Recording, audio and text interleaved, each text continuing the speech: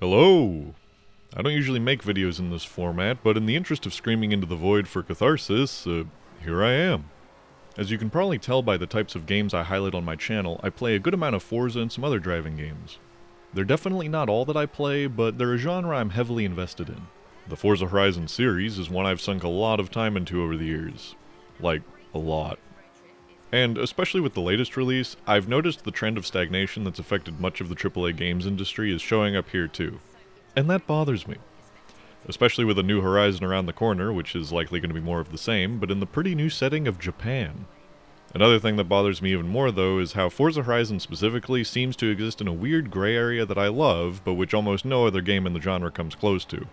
I'll be elaborating on what I mean by that and how to potentially fix the problems that exist in Horizon in the course of this video.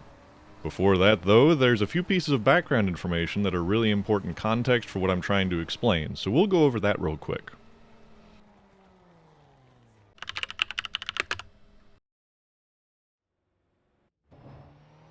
There's a sliding scale you can judge just about any racing game by, which essentially comes down to the question of, is it simulation or is it arcade? A pretty easy way to define the far ends of the spectrum contemporarily would be to put Mario Kart on one end and iRacing on the other. Clearly Mario Kart is the most extreme simulator on the market, this needs no further explanation. Jokes aside, on the surface of course, these two games easily fall into the same genre of racing games in that you pilot a vehicle around a course, and the goal is to do so in as little time as possible. The difference here, barring the visual aspects, is how the driving model and physics behave, how the vehicle responds to user input, and the developer's intended audience, which can also come across in what the supporting mechanics of the game are. Mario Kart is a game intended to be picked up by just about anyone with a pulse and relatively easy to get going, with power-ups serving to balance the playing field and reduce the skill gap. All's well and good if you're Verstappening the apex each lap, but that blue shell on your ass has other ideas. Verstappen got it, Antonelli goes wide, who's got the launch? It's Charles Leclerc, it does spin, it's a spin for Max. This is also a game that presently is designed to be played with this, so there's a level of user interaction limitation that needs to be accounted for as well. iRacing is the total opposite of this. The whole goal of a pure sim racer like this is to digitize and simulate the real world as accurately as possible. The cars, the physics characteristics of the car, how it drives, how the suspension works, how the chassis flexes, how the engine outputs power, what the interaction of the tires on the track tarmac is, are all top of mind here. It's designed to get you as close as humanly possible to the seat of a real car besides just going out and taking the real car on the real track. The best part is that nowadays, the hardware for users to get an extremely genuine wheel and pedal response is relatively affordable. Modern VR being what it is just the icing on the cake. The downside is that a true simulator is designed around simulator hardware. It assumes, for good reason, that you have this, not this. Which is fair, but inherently narrows down the demographic to true enthusiasts or even real-world racing drivers who use these programs to practice. The problem is, my pickaxe is fucked. Well, the lattermost point is another big differentiator between an arcadey racing game and a hardcore simulator. A proper sim can hardly be called a game, it's more like a piece of software. Assetto Corsa, iRacing, R-Factor, the whole deal with all of these games is that they're trying to simulate race cars on racetracks as accurately as possible, and give you the ability to tune them as you would in real life. Usually you don't even launch the game into a main menu, it's a separate dialogue box in which you select a car, track, and race conditions, and then it kicks off a session from there. How immersive is that? It goes without saying too that there's no storyline or progression here either, that's not the goal. How does this relate to Forza Horizon? I'm getting there, stick with me. If you're releasing a game on a console, it's generally understood that 99% of your player base is just going to have the gamepad that came with it. Sure, there's options now for wheels that hook up to your PlayStation and Xbox that deliver pretty high quality feedback, but you're probably going to optimize your game for mass appeal. This is where we enter the console sims, your Forza Motorsports and Gran Turismos. Games that have a decidedly more grounded physics and handling model and more in-depth tuning adjustments, while still being very playable on a standard gamepad with the input restrictions that entails. Another important point here is that because these games are trying to be fun and engaging games, not just simulation software, they're making an active effort to keep things interesting. Gran Turismo is notorious for having a well-rounded breadth of ways to race as well as driving challenges to mix up the gameplay. This is in addition to your typical progression through various series championships, which is of course the de facto progression standard in any racing game. These additions are all utilized in more arcadey racing games as well. A general rule of game design is to add variety where possible to break up the gameplay loop and prevent things from getting too monotonous or stale. Racing games can do this to a point by feeding you a regular supply of new vehicles as well, but especially back when we couldn't have as extensive car rosters due to technical limitations, this was a less viable strategy, and even if it was, it still provides less variation race to race than entirely recontextualizing why you're driving or the goal thereof. Get on with it. Yes, get on with it! So why do I bring this all up? Well, this is where we get to Forza Horizon itself finally.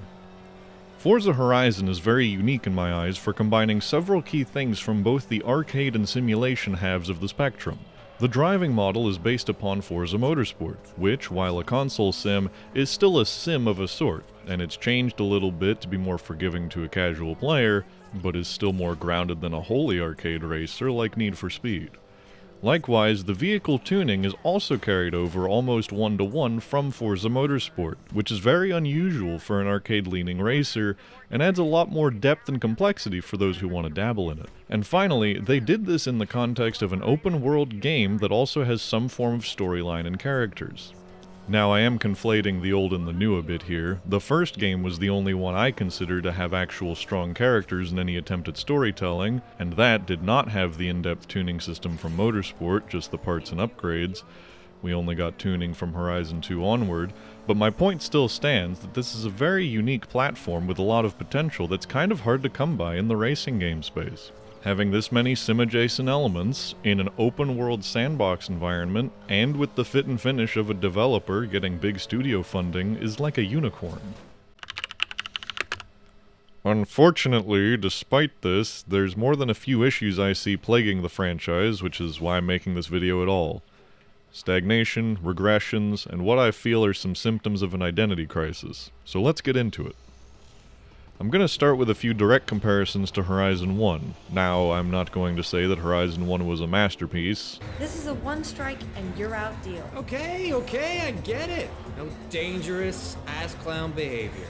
I swear.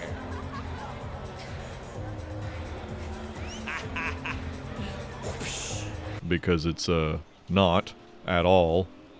But there's a lot of things it did and really tried at which I feel like have been absent ever since then. And I feel like these are more prevalent comparisons versus pointing at other games because this is Forza Horizon. They've literally done this before. The first game is also dramatically different visually from everything that came after, likely in part because it's the only one that was on the Xbox 360 and there was a major facelift between 1 and 2, with the next-gen graphics refresh and design philosophy transitions away from the 2010 era grit and detail and instead to the minimalist, clean, single pane of glass.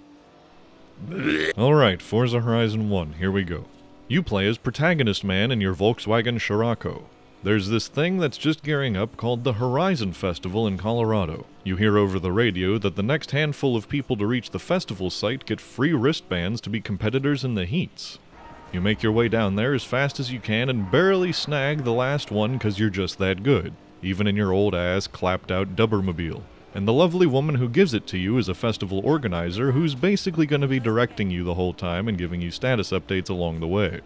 The story progresses as you'd expect. You win more races, get more points, level up your wristband, and go from some nobody to challenging the reigning Horizon champion Darius Flint, who's kind of a prick. You can tell he's a prick because he drives a Ferrari. Nice car. What's the retail on one of those? More than you can afford, pal. Ferrari. This is a pretty straightforward plotline and is in direct service to just giving you the basic pomp and circumstance to go racing and feel a sense of progression, but they manage to spice up the journey in two main ways. For one, as you progress in the festival, you're basically working your way up the Horizon ladder. Each level of your wristband gets you access to a different race series, and each have their own top dog to beat, and actually a consistent roster of unvoiced NPCs to fill out the grid who all drive the same assigned car.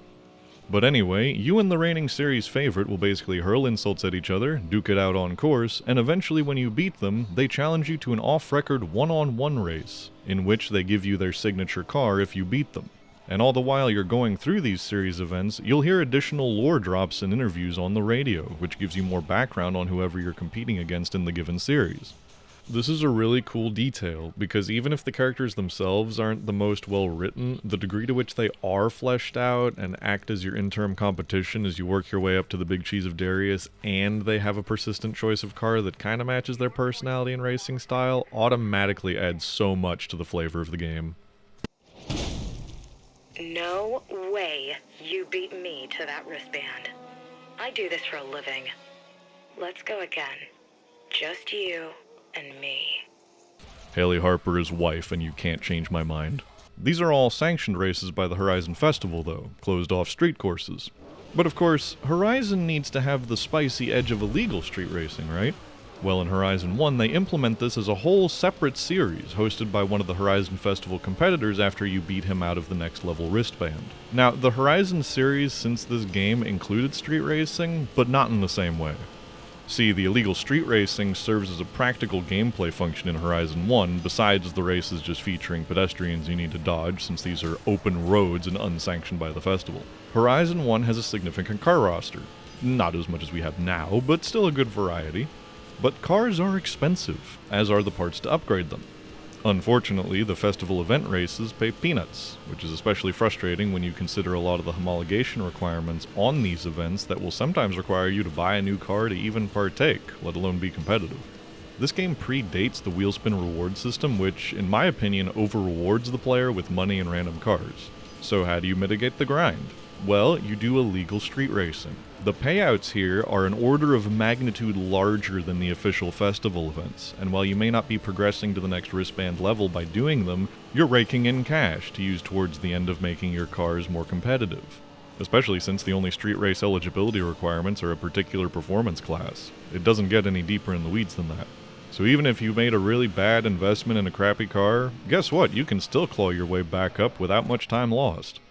This gameplay balance between festival events progressing the story and then illegal street races progressing your wallet's obesity works really well and makes experimentation feel more welcome as well as your effort. It doesn't feel like a grind. You make enough in normal events to get by generally, but if you're really strapped for cash, Allie has got you covered.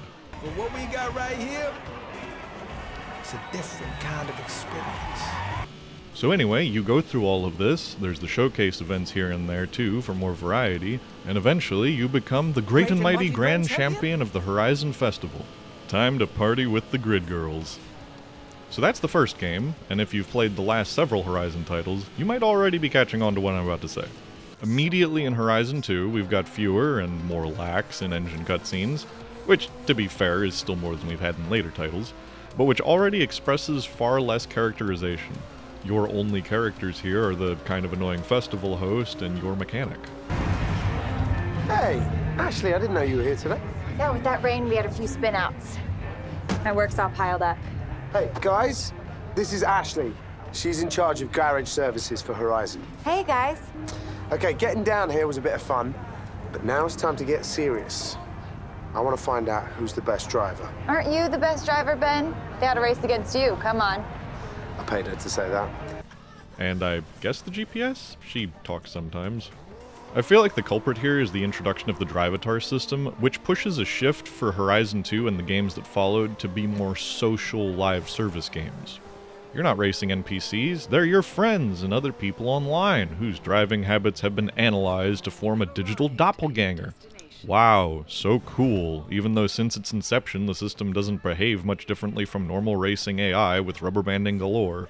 And sometimes people who I know for a fact are bad drivers or who hardly play the game are always podium sitters. Like, huh? It's a cool idea, I guess, but it feels like a gimmick that we should have gotten over years ago. Though like so many other aspects of Horizon 2, this has also been recycled again and again and again. Which really sucks, because I feel like this is the ultimate excuse for them to not even try to have NPC drivers as actual characters. It's only Horizon Festival staff from here on out, which is so painfully limiting. Forza Horizon 2 also introduces that way cleaner and simplistic visual design, which, honestly, looks about the same as every entry since then. I mean, I can kind of tell them apart by game, sure, but the general aesthetic is identical. It's honestly kind of impressive how good Horizon 2 looks, especially in motion. This game is 12 years old this year, and honestly doesn't look very different from Horizon 5 unless you pay very close attention. Forza Horizon 2 also introduced the wheel spin system, wherein you have a chance to get free money or even a car. A system which originally was introduced as a microtransaction system, but which thankfully got yeeted out of existence promptly by the powers that be at the time. Still, the system has remained in place since, as what I feel like is kind of a crutch. Forza Horizon is a sandbox with a lot of cars that you want your players to be able to have access to, especially now that we're up to over 500, I think? 700? I definitely get the decision to want to bias towards stimulating a wealthy player economy versus a more thrifty and poor one, but doing it via this literal lottery system feels strange and lazy to me. Like, it was a cash grab from the start, right?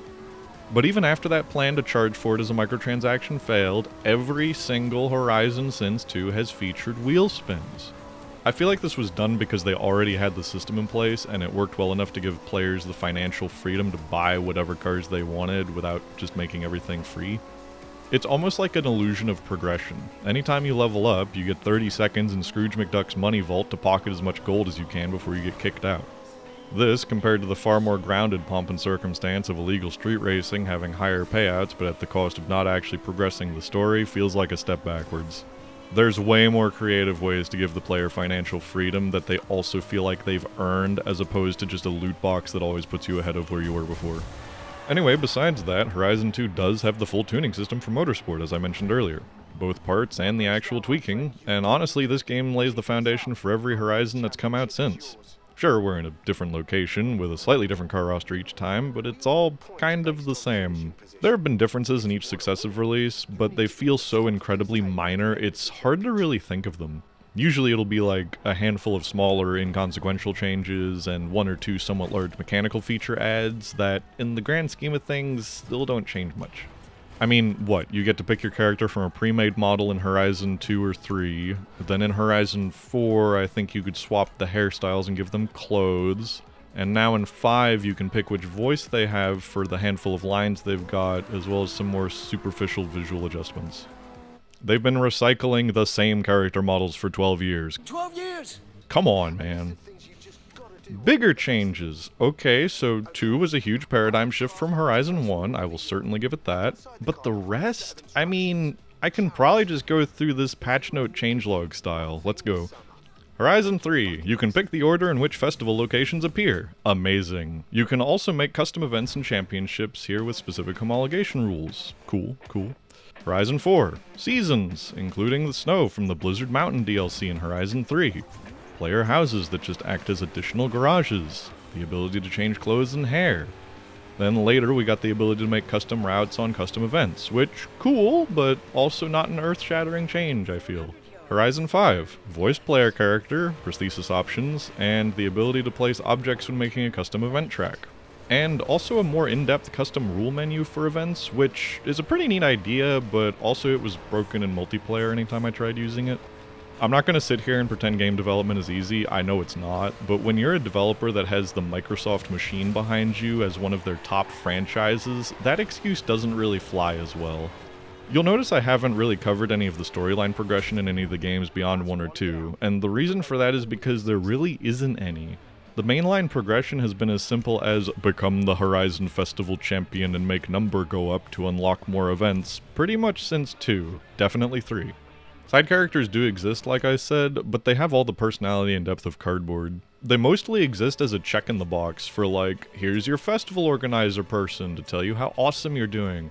Here's characters who are local to the setting and provide fun facts about the car culture, and that's it.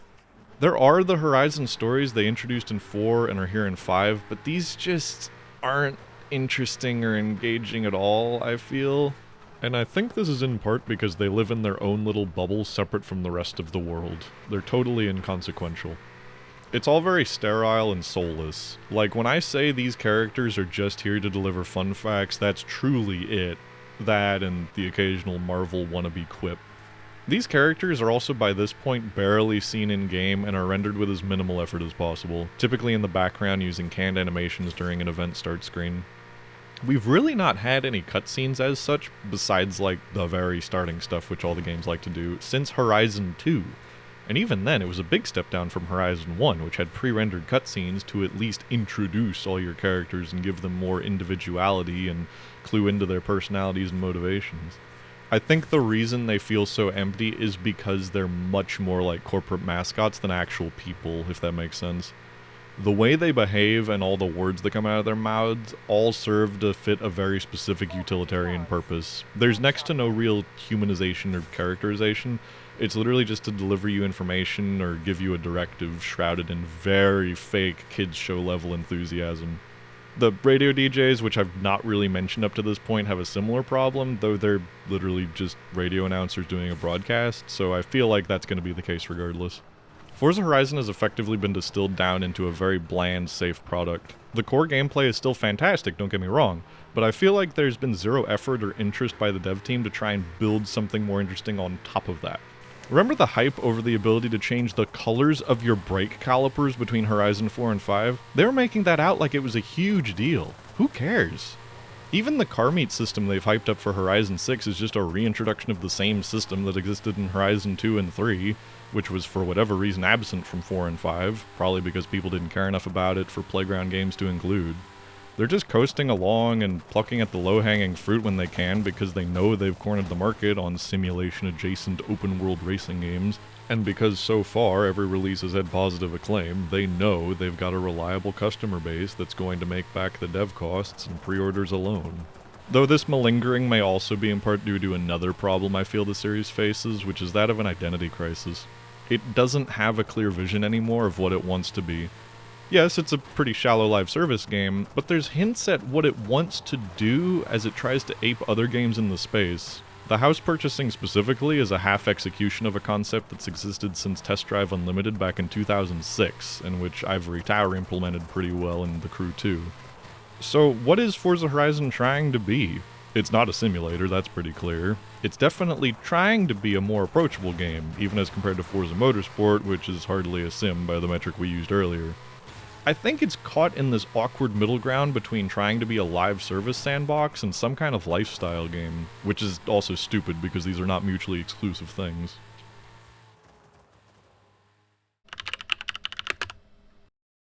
Let's try to broaden our horizons a little bit here and look at some other games to give us a more rounded view of the situation.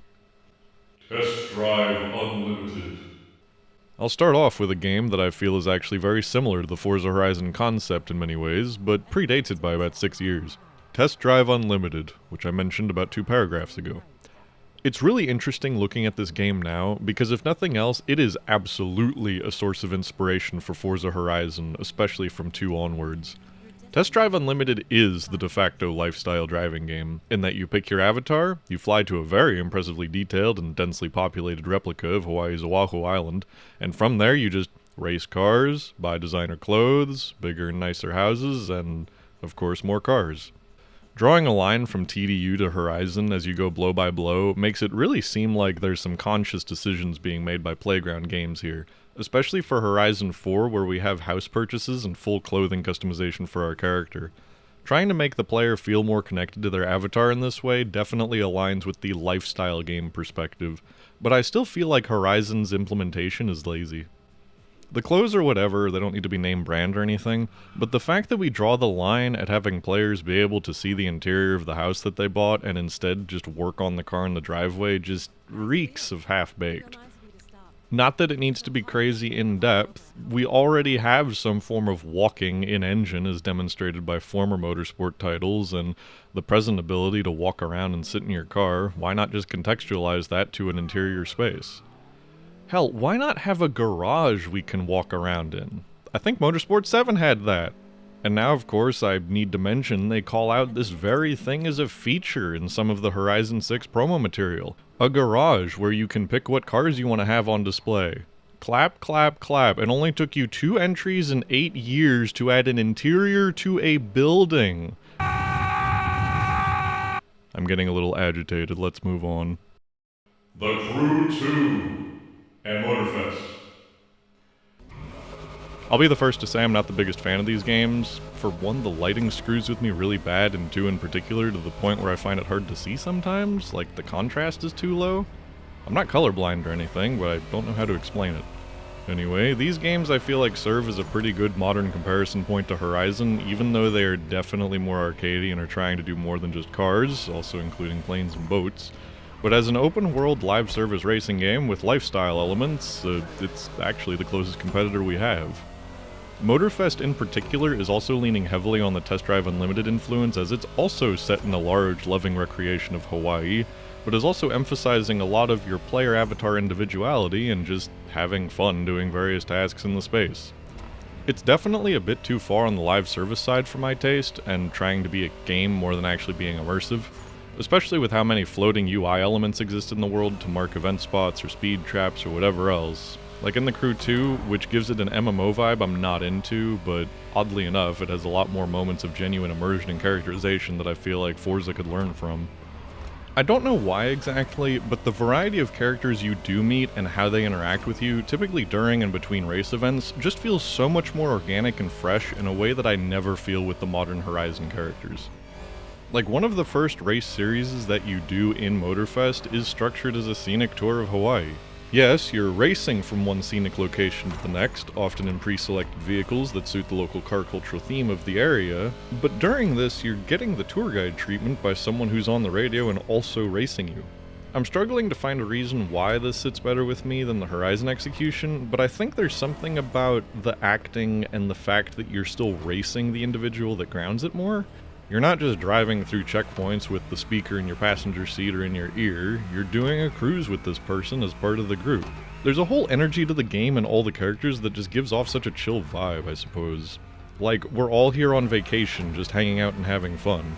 It doesn't have the fake hype and excitement that the Horizon characters have come to have. Characters who are also fully disconnected from the actual events you're doing most of the time. A big thing I want to highlight while talking about these games as well is how in both, but I feel like more so in The Crew 2, there's a much bigger differentiation in gameplay between the various automotive racing disciplines that Forza Horizon doesn't dive that deep into. The Crew differentiates, for instance, between closed road courses and actual prepared tracks, and likewise there's a specific differentiation between an honest-to-goodness race car as opposed to a road-legal car. At the high end, they even have their own knockoff F1 in there, and better still, we have drag racing with specialized mechanics for such, as well as more in-depth off-road racing. The variety is insane, as opposed to Horizon, where you pretty much just put on the appropriate tires and maybe suspension and you're good to go for the most part. There's something to be learned here, I think. There's also some attention to detail items in Motorfest, which are also just very cute and help with this impression. Specifically, if you're in first person, driving kinda slow and mostly straight, your character will literally just move to rest their arm out the window, which is such a perfect detail and I can't even imagine Horizon adding it. Unrelatedly, driving with the UI off in first person on a bike in Motorfest is very therapeutic and I recommend everyone try it. Need for Speed Unbound. Next game I want to briefly mention is Need for Speed Unbound, which is a very divisive game and I'm not about to defend it. I played this, Heat, and Payback to completion, can't really remember much detail about any of them besides the characters and story beats, but I wanted to bring it up as, again, a contemporary comparison point for an open world racing game with big money behind it.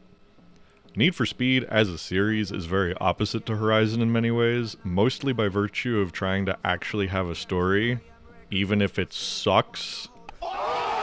But again, even a crappy story usually makes a game more memorable and, more importantly, gives just cause to what you're doing, besides, I want to be the very best like no one ever was because I have nothing better to do. This is a good example, I feel at least, of giving you just enough to work with in order to really get invested in your character and how you present. Which is a key component I've mentioned a couple times, but want to discuss briefly, individuality, which is very closely tied to character customization. Like, think about it. Horizon at this point, as we've said, is a live service, social-heavy game. The way you dress your character, assign them emotes, what car you drive, how you livery it. These are all important distinctions when everyone is trying to stand out and make a statement in a digital world where everyone's got infinite money and crazy vinyl abilities. The connection I want to make to Unbound in this scenario, though, is how much immersing yourself in a game world can further the player's investment in everything that they do. Having that connection to a world and the characters in it can still be done with a live service game, and to great effect. The OG live service games were lore-heavy MMOs like World of Warcraft, and you don't even need to go through a fraction of that depth to have an engaging plotline. Even if Playground Games is afraid of inhibiting their mass appeal, not making something edgy or involving criminals like in Need for Speed, there's plenty of precedent for that too. Even Horizon 1, when you strip out some of the raunchy dialogue, is pretty squeaky clean plot-wise, yet has also got so much personality because of it. Formula One series. This is Formula One. Oh yeah, I'm going there. Anyone who calls this a sim is wrong, by the way. If it doesn't work out of the box with a SimuCube, it ain't on the list. Anyway, there's a very specific few reasons I want to bring these games up, as flawed as they are, and that's because I've never seen a racing game manage to squeeze as much variety out of a single class of race car on only closed circuits while also trying to adhere to reality. I think some other sim-leaning games could learn from this as well. Motorsport definitely could, my goodness. The F1 series very much follows the real-world sport and its various elements. Duh. This consists of three main components: the race weekend, the research and development, and the media. The race weekend is the bulk of the game, of course, and includes free practice on a track much like in real life, followed by qualifying, concluding in race day. The way Codemasters gamifies this, I think, is genius. During practice, which you can choose to skip, you have the option to free practice and just drive around, but you can also run practice programs, which specifically track you for a few laps and pit you up against certain goals. Usually they'll be for hitting apexes to turns, managing your tire degradation, and managing your fuel load while also trying to hit a certain time.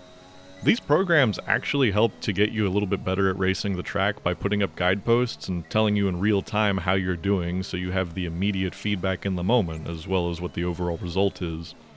It's also usually pretty fun and satisfying when you get it right. The bonus to this is that you'll get extra research points to use when working on the R&D part of the game. Then of course, you've got qualifying and race day, which are both about how you'd expect. Qualifying runs much like it does in real life. You need to drive out at the fastest time you can during the window, and that determines where you start on the grid come race day. Then, on race day, you need to be cognizant of your pit strategy and, where applicable, changing weather conditions, and any circumstances in which there may be a crash or a safety car deployment or whatever. Like, it might not sound like much, but I wish more actual simulators did stuff like this. As it stands, most of them end up being pretty boring and samey race to race, whereas the F1 series gives you a surprising amount of variety to work with if you want it. Then on top of this is the research and development to make your car better using the research points you've earned, trying to enhance the car gradually as the season goes on, dealing with potential delays to part deliveries, all that fun stuff.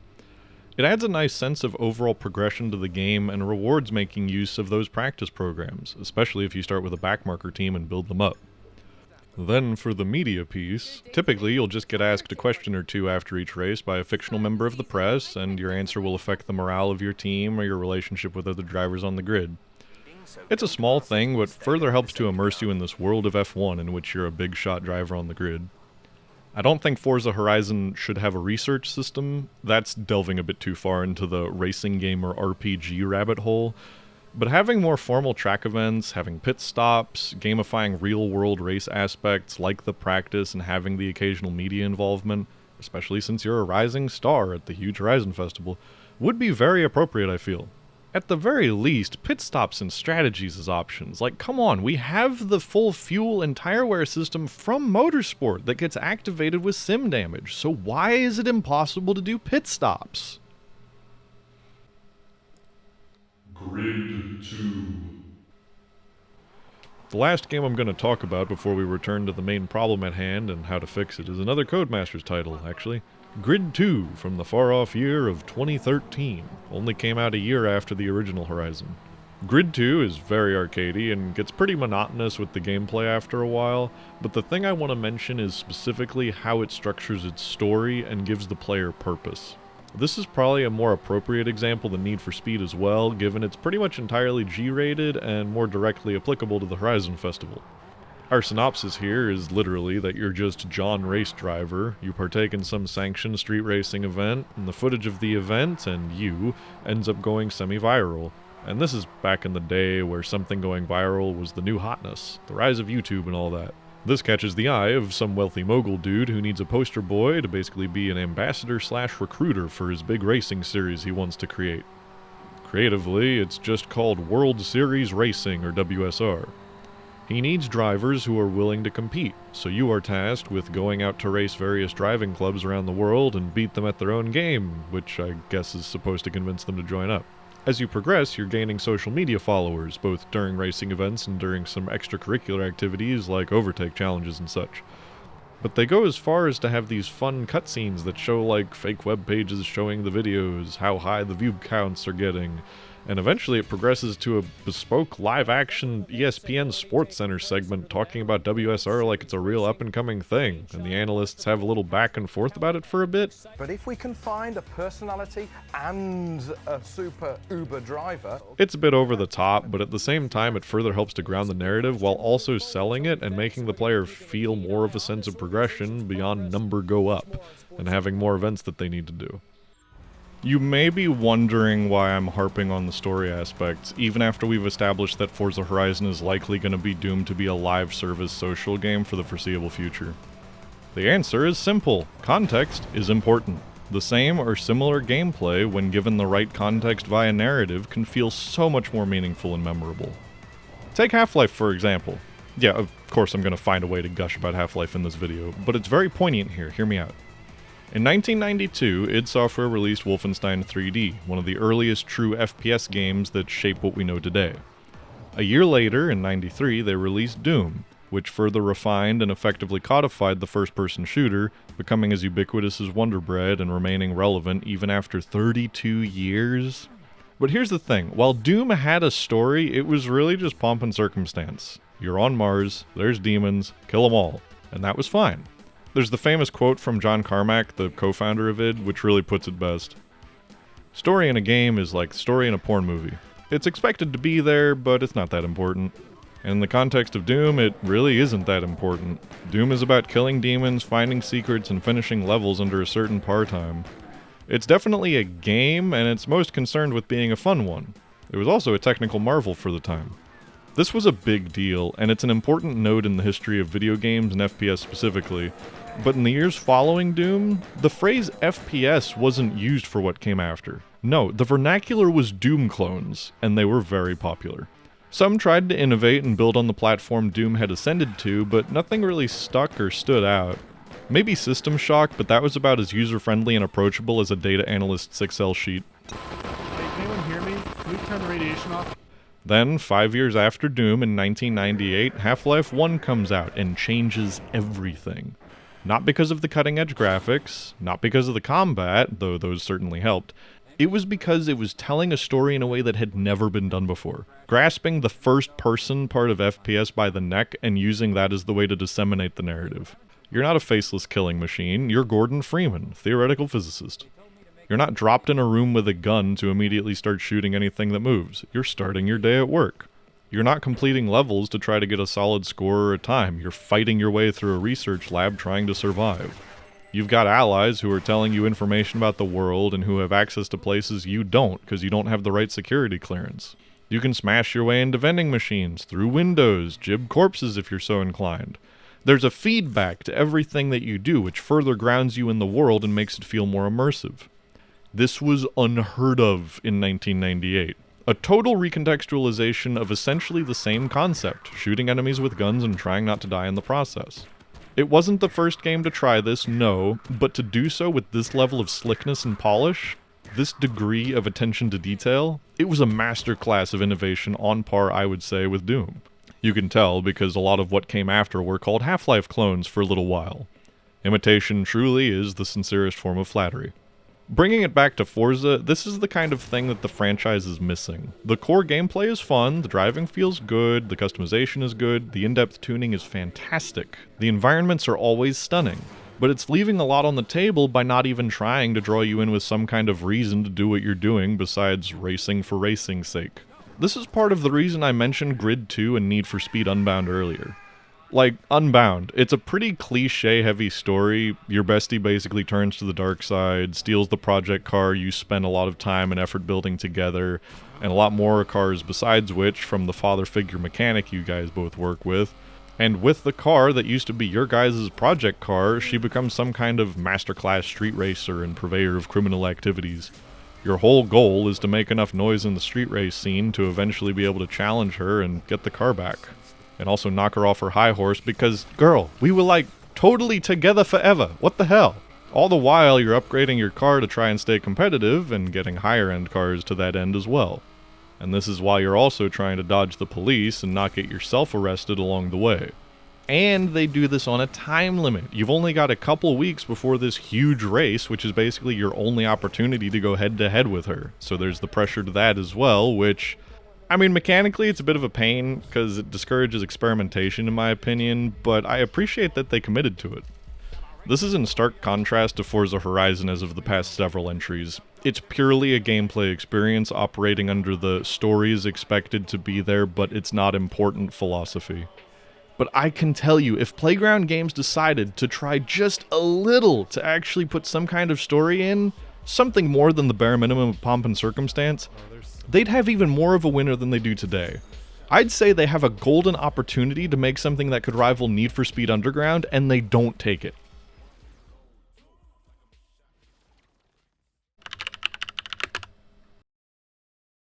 Alright, so, with all we've talked about so far, let's try to distill this down and come up with solutions. Our big ticket items we need to solve are the sterilization of the game, the issues with campaign progression and player wealth progression, and I'm lumping in monetary and material wealth as the same here, and while we're at it, let's look at gameplay variety. We should also establish what our limitations are. These need to be items that are reasonable to implement. I'm sure the dev team could do just about anything they want with this engine given enough time and resources, but let's be as realistic as possible here, trying to mostly stick to either inherently easy additions or refer to previous game entries for items that may have already been implemented in one form or another in the past. I know that just because something existed before doesn't mean it's trivial to implement again, but at least we definitely know it's possible. Moreover, this restriction will help us to keep in the spirit of Horizon, retaining those foundational traits that make it special and unique in the first place. These being the driving model, tuning, upgrading, the open world, and the fact that it's a borderline MMO live service title. I have no delusions of it somehow returning to the single-player focused Horizon 1, that's probably never going to happen. Let's start with the sterilization elements, because honestly these are some of the most pronounced in my opinion, while also being one of the easiest to fix. The gimmies that would do a lot of heavy lifting here can be categorized under story and immersion.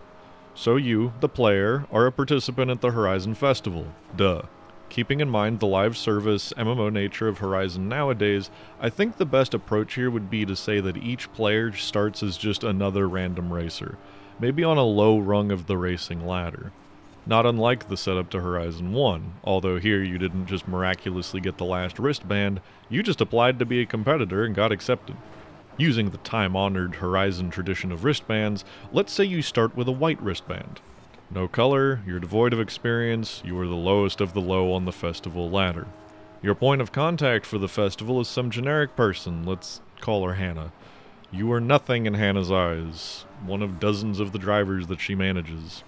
She'll be the one over the radio keeping you up to date on the festival goings-on as it expands or things happen. Basically the same character we have today, more or less, who's just your festival correspondent. Now the white wristband gets you access to several entry-level events, but the kicker is that this is an open class with a lot of participants, and actually serves as a feeder series for the main 4 pillars of the festival. These are your rallycross, off-road, street, and track series. Each of these series has its own progression path, which eventually ends with you being the champion. We haven't even diverged that far from the current formula Horizon has been using since they've included more rally and cross-country stuff. The 2 main differences we're including here is that each of these main series have their own wristband, and you can have more than one at a time and be ranked differently.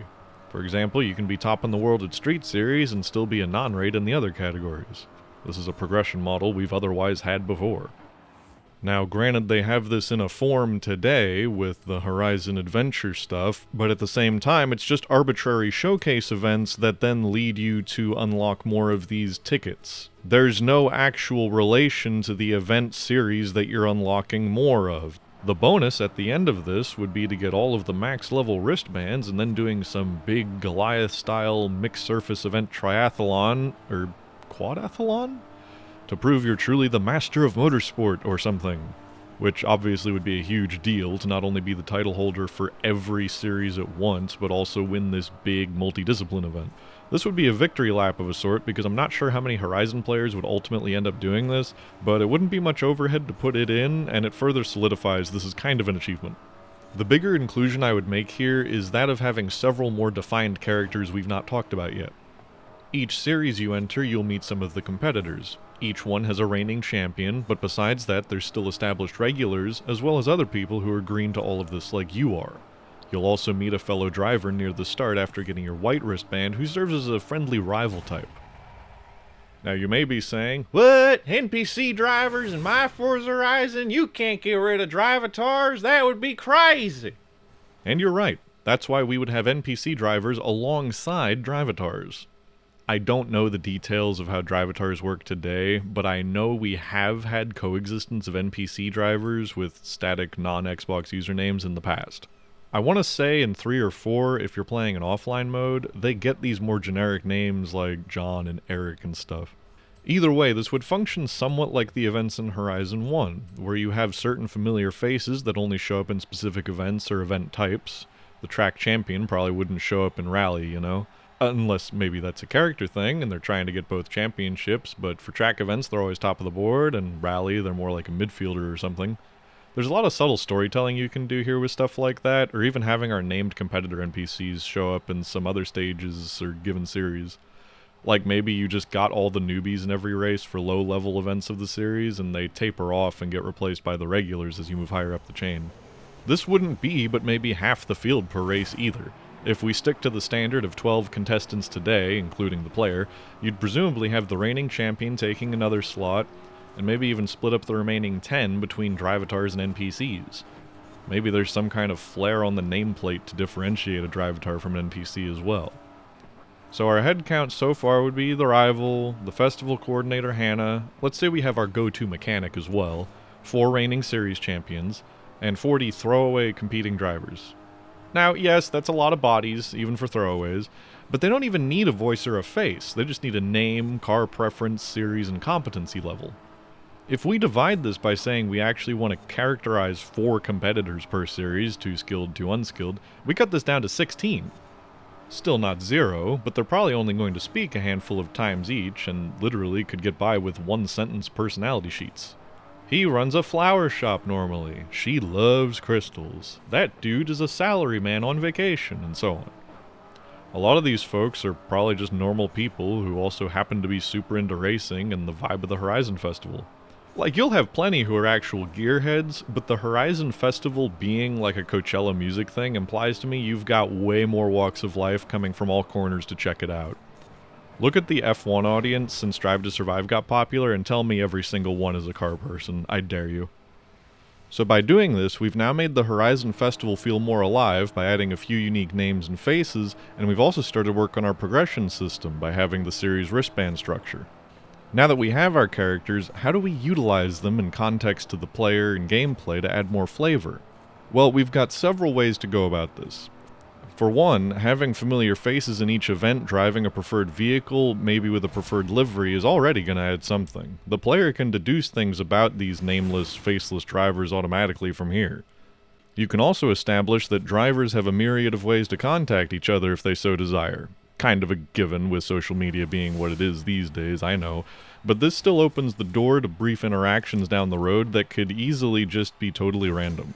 Getting a text message, radio message, or a phone call. Really low-effort basic stuff like that which can be used in different ways to further the plot or just add more texture to the world.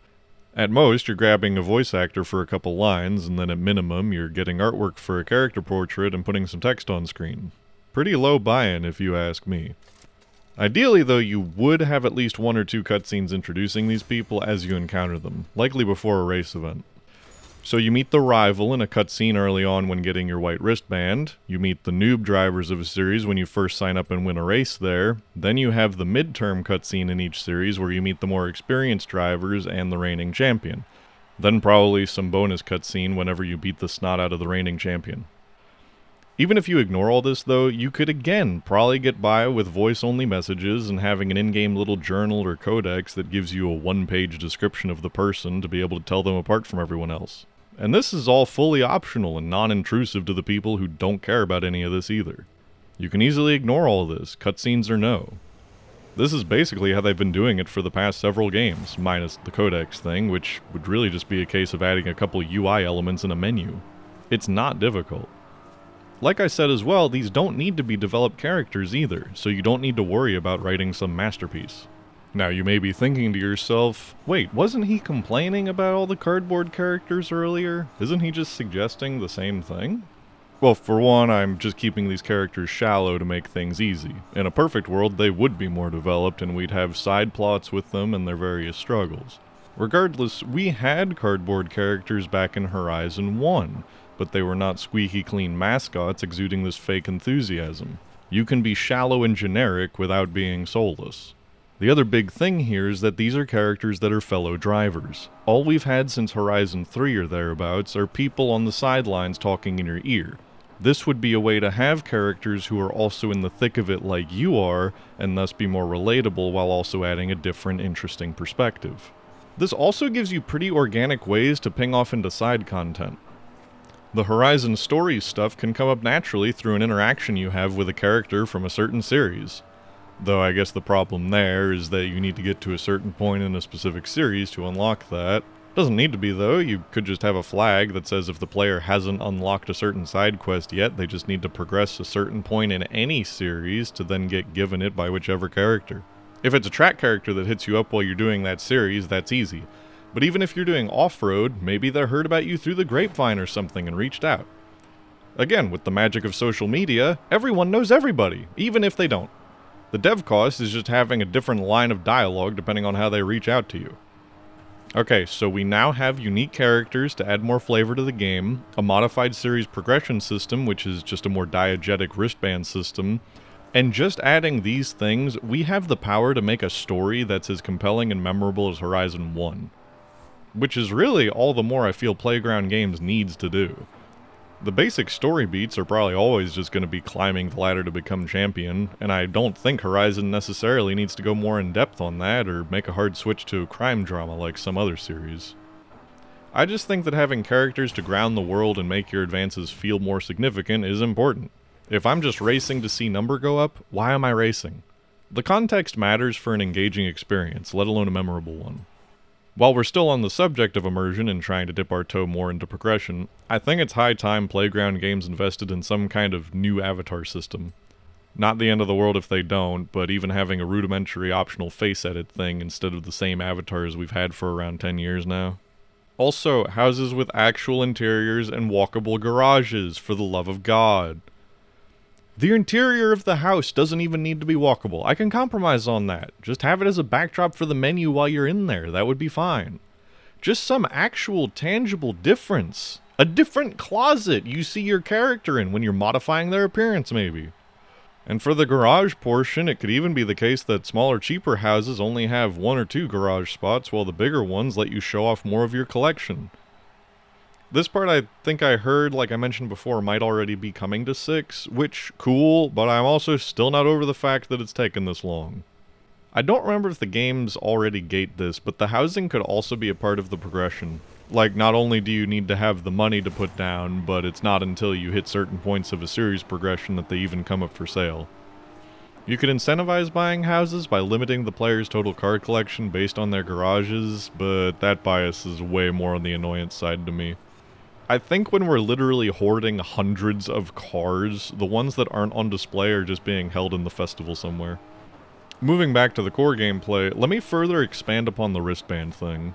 Wristbands would have a level. The white wristband has no level, that's just an entry point.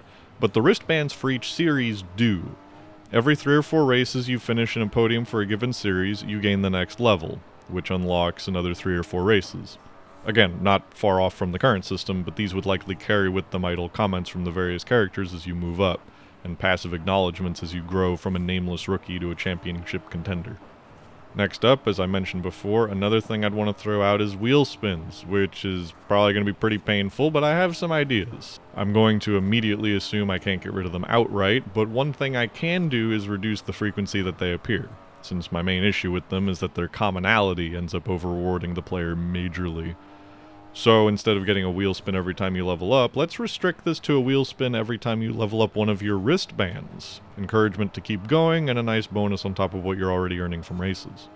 The balance I want to strike on the monetary side is to not over-reward the player, but I also don't want to make the player destitute and really need to grind much, if at all. Horizon nowadays is very much a vehicle sandbox, and I know the majority of the fun my friends and I have had playing since 3 is making up homologation challenges that force us to pick cars we wouldn't ordinarily drive. So if we're limiting wheel spins, and the campaign races don't pay a crazy amount, at least until the end, I think endgame races should give a good chunk of change and be repeatable, well, we're just gonna need to implement another source of income, aren't we? Maybe a new event type that features suspiciously large sums of money and might be dubiously legal to participate in. Rideshare. Okay, no, hear me out. I'm not opposed to doing the profitable street race thing again. That worked out really well last time. But we've got more creative solutions to this problem too. These would ultimately just be time trials, but in the format and context of being a super high-speed taxi driver or delivery person. Maybe taxi service is for most car types, while deliveries require a truck or something with more cargo space, like a hatchback. You can filter this by the existing car categories pretty easily. So that wouldn't be terribly hard to add, again it's just a time trial event. Maybe make them a bit more varied in the start and finish destinations. Try and have some procedural generation, and the events are semi-limited in when they appear. But beyond that, as I said, it's just a reskin time trial with certain homologation rules depending on if you're carrying cargo or people. Could add characters here too in the context of one-off passengers who are local residents, festival goers, or maybe even other drivers who for some reason or other are between cars. Not required, but hey, opportunities. Then your payout is determined by how fast you're able to get to the destination, maybe with a modifier on how much damage you sustain along the way, but again that's a bit higher effort. Actually, you could even have a ride-along style thing where certain clients want to be driven in a certain car by a professional driver, i.e. the player, and are willing to pay an additional premium for that. Same deal regardless as in Horizon 1. These are extra events that don't help your festival career progression at all, but serve as a means to bolster your bank account relatively quickly while also adding gameplay variety. The events of these that are open to you could also be limited by your festival progress. Maybe you can only do ride-alongs if you hold a level 2 wristband in any category, for instance. Could have a separate rank for what level of delivery driver you are and all that too, which could also gate content, but I want to treat this more like a side quest than its own whole progression curve in the scope of my suggestions. With that then, I think we've covered most of the progression issues too. You're no longer over-rewarded, but have an avenue to make money relatively quickly if you need it, and in a novel format from the early game. And we also have a more interesting and diverse range of characters and campaign advancement that feels more impactful. We haven't really made any strides in story, but I'm not going to waste my breath on that. I know it's never going to happen. Besides, what I've already covered should be plenty to help get the player more invested in the world and make things feel pretty grounded still. The last thing I'm going to get into, even though we've already talked about this a little bit, is gameplay variety. Obviously, all gameplay variety is going to be in the context of driving a car at high speed. That's the point of the game. That's our core. That cannot and should not change. But motorsport is a very diverse and broad field, and we've got room to easily add on to what we've got here. So besides racing the clock, delivering people in boxes being a type of time trial, and potential illegal street racing, which adds pedestrian cars onto the road as obstacles to avoid, there's a few types of racing gameplay that I would love to see Horizon really embrace and run with. These play directly into our series categories of rallycross, off-road, street, and track. Starting with Rallycross, I mean, come on, we're basically there with that Rally DLC for Horizon 5. Running a stage for time, using pace notes from a co-driver, they nailed it. I don't know how hard that system was to put in, like if they were able to automate those calls in some way, or if they all had to be hand-placed on the track, so I don't know how much work that would actually be on the devs to add as a standard fare for rally events. Though to be fair, we could have stages separate from races, though I'm not sure if there would be a way to make this work for custom events easily. In any case, they've basically beat me to it on this one. Like, seriously, this is awesome. See what Playground Games can do when they really set their minds to it. Moving to off-road, having pace notes here could also be interesting for some events, though I admit my off-road racing knowledge is pretty lacking besides tidbits of like Baja. Though in that vein, having a multi-leg event series could be interesting, where it's one long stage broken up into sections, kinda like the championship system of old, but instead of points it's a total cumulative time. Just an idea, I think there's opportunities here as well. The street races, the festival-sanctioned ones, not the illegal ones, would probably be unchanged, to be honest. They've got sprints, circuits, and if they bring back the little championships of 3 or so races, which I think have been absent since like Horizon 4 for some reason, then we should be cooking. The track series races are where we're going to mix things up a bit more. These would be similar to the street races, but with circuits that are entirely closed off with high-grade barriers a la Grade 1 FIA courses. In a perfect world, we would also get more permanent or semi-permanent, purpose-built racetracks for the series, even if they're not real-world ones, and saying that the festival erected one in a parking lot like they do at Hard Rock Stadium in Miami every year. The bigger thing here, though, would be the inclusion of tire degradation and pit stops. Now, many of these races would probably be one-stoppers, many more would probably be short enough they don't even require stops, but having longer races in the series that do call for pitting and strategy like this would be interesting. Moreover, you could have a subclass of event here for endurance, for longer courses or more laps that would require pitting several times. Yet again, these are mechanics that already exist in the Forza canon, and like I said, we've always had tire deg and fuel use if you just turn on sim damage. The biggest hangup I can see with this from an implementation standpoint would be how difficult it would be to have custom routes with pit stops. I don't know how easily you could make that a modular building or system for players to add and get detections working for pit lane and all that. Either way, having this as another twist on the racing formula would add a lot, and if done correctly, it wouldn't be that brutal to an arcadey fanbase. Worst case, I'm sure you could just make the pit stops ultimately optional, and if the player doesn't need to do them, you rescind the requirements for other drivers doing them too. It would defeat the purpose, but you'd easily be able to make everyone happy here. You know, like how you can have the racing line on even when you're also using pace notes, even though the driving line literally supersedes the point of having pace notes. I'll also just add for full clarity, all that I'm saying here regarding how these series would be structured would be in addition to the typical Horizon event restrictions they put in place per race with performance and car type. This would be another layer on top of that to give each discipline a more unique and defined theme. While we're on the subject, you could technically also add drag racing as a sub-event. Horizon 4 did this, but the problem that has in every context is that no matter how you look at it, you're just doing a quarter mile in like a few seconds. Even with some special gear shift timing minigame like other games have tried, or maybe try to make it tournament style where you're locked into doing like however many passes against different drivers, I've never considered these a good use of time. Like, they're fun, and I'm glad we have the events in multiplayer to have as a build stub, but this is one where you can probably just leave it where it lies considering the dev effort to player time ratio. And that pretty much covers everything. My full wish list of things I would want Forza Horizon to add is way more extravagant than this, but the point of me outlining all that I have here is to say that Playground Games really doesn't have to go that far beyond the things they've already done, or that Turn 10 has already done in the engine to make something like this have more character and gameplay diversity while retaining all the core aspects that make it what it is.